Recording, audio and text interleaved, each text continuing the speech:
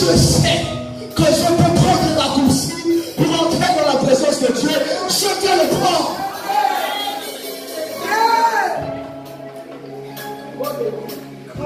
On ne nous a jamais dit dans la Bible que Jésus allait chez lui et allait prier. On ne nous a jamais dit ça. À chaque fois qu'on parle de ça, on dit Jésus allait à la montagne des Oliviers. On nous dit que Jésus pouvait aller exercer le ministère.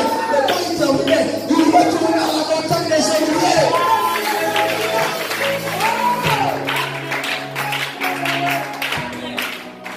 Aujourd'hui, quelqu'un va me dire, je suis en mandat. Il n'y a pas la montagne des Oliviers. Il n'y a pas de souci. Il n'y a pas de souci. Il n'y a pas la montagne des Oliviers en mandat. Mais vous savez, la montagne des Oliviers était un lieu consacré. C'était un lieu consacré. Yes. Je vais aller plus loin. La prière que tu fais dans ta chambre, c'est bien. Elle te donne des résultats.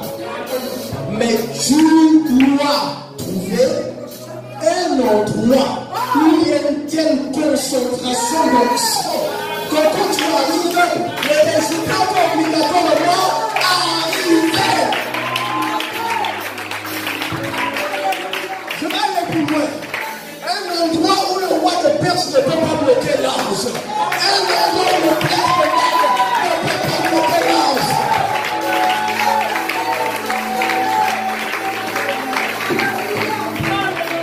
Je vais te dire quelque chose ce matin.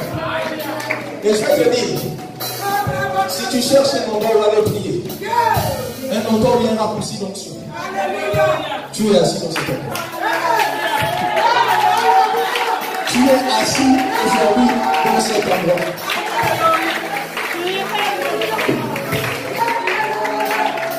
Cet endroit a été consacré à l'Éternel.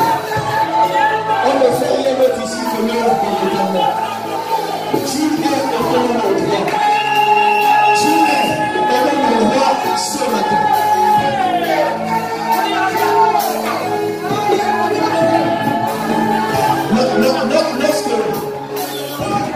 Lorsque la transfiguration s'est produite, je suis convaincu d'une chose.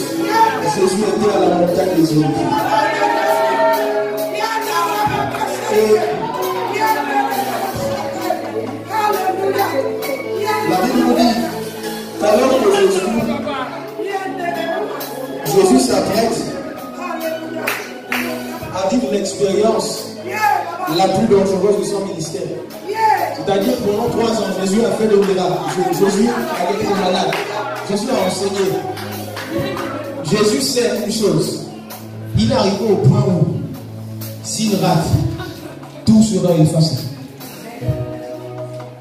Il sait que s'il rate, tout ce qu'il a fait n'aura servi à rien. Jésus sait qu'il a besoin de la force. Jésus sait qu'il a besoin de la force. La Bible ne nous dit pas qu'il a prié avec les disciples là où ils étaient en train de manger la Pâque. La Bible nous dit qu'après avoir mangé la Pâque, après, Jésus s'est retiré à la montagne des Oliviers.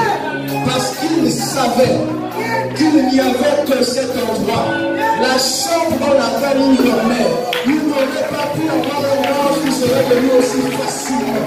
Il savait que la montagne des Oliviers devait être l'endroit où il devait rencontrer l'entité qui allait lui donner la force dont il avait besoin pour aller à la gloire.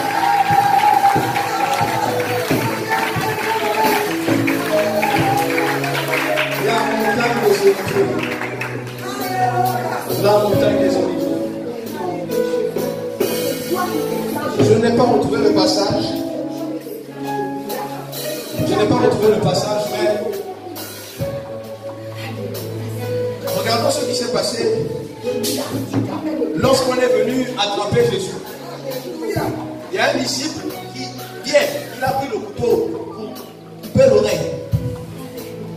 Parce qu'eux, ils n'étaient pas d'accord de ce que Jésus devait mourir. Mais il y a une chose que Jésus a dit. Il a dit, m'empêcheras-tu de boire cette coupe qui m'est destinée? Toi, donc tu ne veux pas que je meure pour sauver l'humanité. Le même Jésus qui dit ça, quand on repart, peut-être 1 heure avant, ou 2 heures, je ne sais pas, mais quand on remonte plus tard dans la nuit, on se rend compte que ce Jésus dit, je peux faire le livre. Le chapitre 22, verset 39. Jésus dit, au verset 42, du verset 22, du chapitre 22, verset 42, Jésus dit, Père, si tu voulais m'éloigner de moi cette coupe, toutefois, que ma volonté ne se fasse pas pour la tienne. Ça veut dire que Jésus rentre dans la prière avec la peur, avec l'angoisse, avec l'effroi. Jésus veut même, si possible, sauver l'humanité parmi notre voie. Mais quand Jésus rentre, il vient prier. Lorsqu'il entre, la même bouche qui a dit, s'il est possible que cette coupe s'éloigne de moi. Peu de temps après, cette même bouche dit, toutefois, que ta volonté soit faite. Ça veut dire, je suis convaincu que dans la Bible, on n'a pas pu écrire toute la prière de Jésus. Moi, je crois que lorsque Jésus a commencé à prier, il a commencé à dire, j'ai peur, je ne sais pas comment je vais faire. C'est l'épreuve la plus difficile. C'est vrai, je suis 100% Dieu, mais n'oublie pas, Père, je suis quand même 100% homme. Est-ce qu'il n'y a pas un moyen par lequel, un autre moyen par lequel je peux sauver l'humanité? Certainement, après de s'est mis à prier en langue, il a fait des mots chapateux, des mots séquelés, j'ai très peur, Père, l'embrasine a dosé, l'embrasine de quelqu'un. Et vous savez, il y a souvent ce truc là dans la prière. Lorsqu'on se met à parler en langue, tout d'un coup tu arrêtes de parler en langue, il y a un mot en français qui sort, tu ne te rends pas compte, tu ne comprends pas d'où ça sort. Ça n'arrive pas à quelqu'un, n'est-ce pas? Et ça vient comme la réponse à ta question. Je suis sûr que pendant que je faisais Ligo, Chamama, le Kantara, ceux qui ne se rendent compte, sa bouche a commencé à dire, toutefois, pas ma volonté, mais que ta volonté soit faite. Lorsque tu vas dans la prière, tu peux être rempli de la peur, tu peux être rempli d'angoisse. Tu peux être triste, mais quand tu vas dans la présence de Dieu, Dieu connaît la parole qui va te faire changer d'état. Jésus, lorsqu'il a dit, plus ma volonté, pas ma volonté, mais que ta volonté se fasse. En fait, Jésus venait de changer sa vision des choses. Jésus ne voyait plus combien de fois il allait souffrir. Jésus ne voyait plus combien de fois il allait souffrir sur la croix. Jésus voyait la croix comme le moyen de sauver les hommes. Jésus ne voyait plus lui-même. Jésus voyait toute l'humanité qui allait être sauvée. Jésus ne se voyait plus lui-même. Il ne voyait plus son sang. Il ne voyait plus sa chair qu'elle est arrachée. Mais Jésus voyait ton salut. Jésus voyait ton salut. Jésus voyait ta réconciliation. Jésus a dit toutefois, pas volonté, mais la sienne.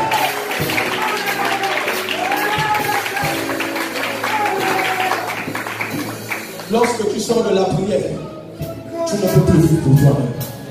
Tu dis Seigneur, utilise-moi comme une grâce pour toi peuple. Jésus rentre en étant limite égoïste. En étant limite égoïste parce qu'il exprime ce qu'il ressent. Il dit à Dieu, je ne peux pas.